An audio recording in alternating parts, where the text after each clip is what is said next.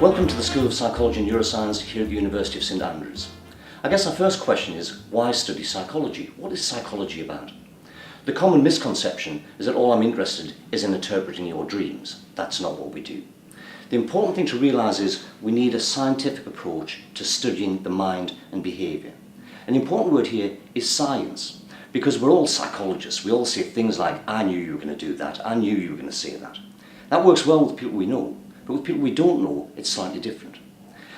At one level, we have biological brains, but at a different level, we have social minds. So psychology tries to address all of these different levels.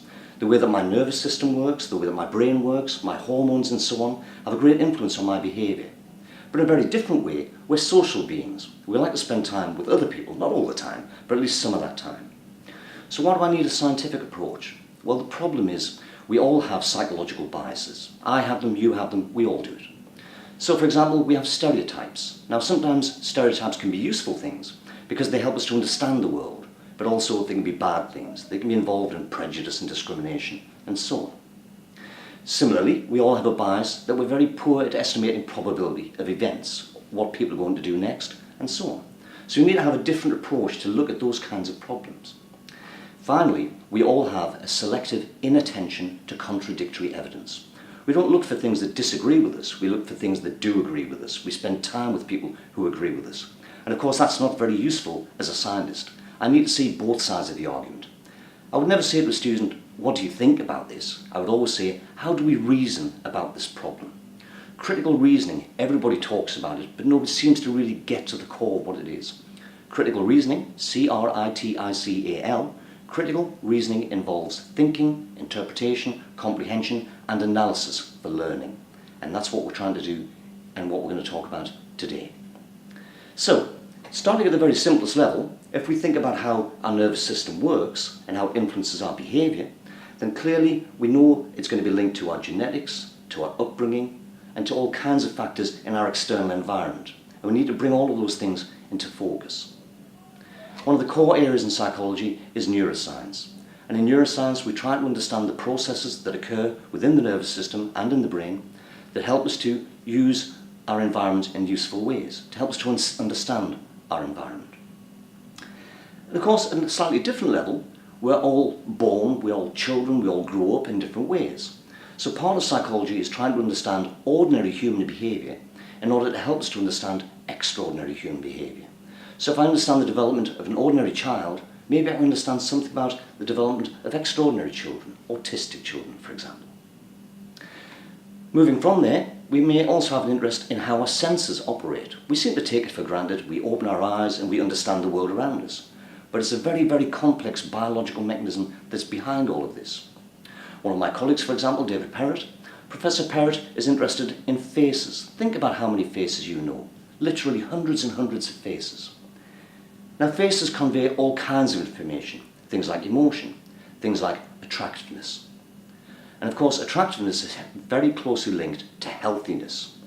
Dave Perrott conducted a recent study where he took photographs of young women and had them rated on how attractive they appear to men. Then he had them eat fruit and vegetables every day, 5 portions for 6 weeks. He took their photographs again after 6 weeks and again had them rated for attractiveness. They look more attractive. It seems to me if you want to have people have healthy diets, tell them that it'll make them more attractive, not just healthier. Moving on from there, we might also be interested in how we learn about the world. When you're a student and you're reading a textbook, it doesn't seem like this, but actually we're natural learners. The things that you know are amazing. But again, when you pick up that textbook, it doesn't seem as such. I sometimes get that experience that you might call the tip of the tongue experience. You know, where you know a word and you say, oh, it's on the tip of my tongue, but I just can't quite get it. Well, some people say that brains are like computers and they store information. I don't think so. I think brains store information. Everything that I know pretty much is linked to a story. And when I can't quite get that, when I get that tip of the tongue experience, it's because I don't have the bit of the story just before it, or maybe the bit just before that. That tells me something important. If I want to learn information really well, I should learn it in relation to different stories, and then I have more pathways to get to the thing that I'm interested in. Try this for yourself. Tell me, how many windows do you have in your house? Okay, that'll do. You're probably Picturing your house and walking around the inside of the house or the outside of the house, counting the windows. We're highly visual animals. So if I want to learn something really well, I create lots of stories around it, and I create pictures, images in my head to help me to remember that material. I also said that we're social beings. One of my colleagues, Professor Steve Reicher, is very interested in notions like national identity. And there's a very strong sense of patriotism here in Scotland. And of course, one question is, if you are more Scottish, does it mean that you're more nationalistic in some sense? And does it mean that you have to have an out-group, other groups that you dislike because you feel more part of your own group? And Steve's work focuses heavily on that area and notions to do with social identity. We could talk about personality. I could tell you that I'm an introvert. An introvert is somebody who likes to sit quietly, do the crossword, those kinds of things. Whereas an extrovert seeks out other people. They often say that introverts avoid other people to recharge their batteries, whereas extroverts seek out other people to recharge their batteries. But that's not the full story, is it? It's not just about my personality, it's about my identity. And my social identity is tied up with me being a father, with me being an academic, with my past, and so on. And all these things fuse together to identify me as me.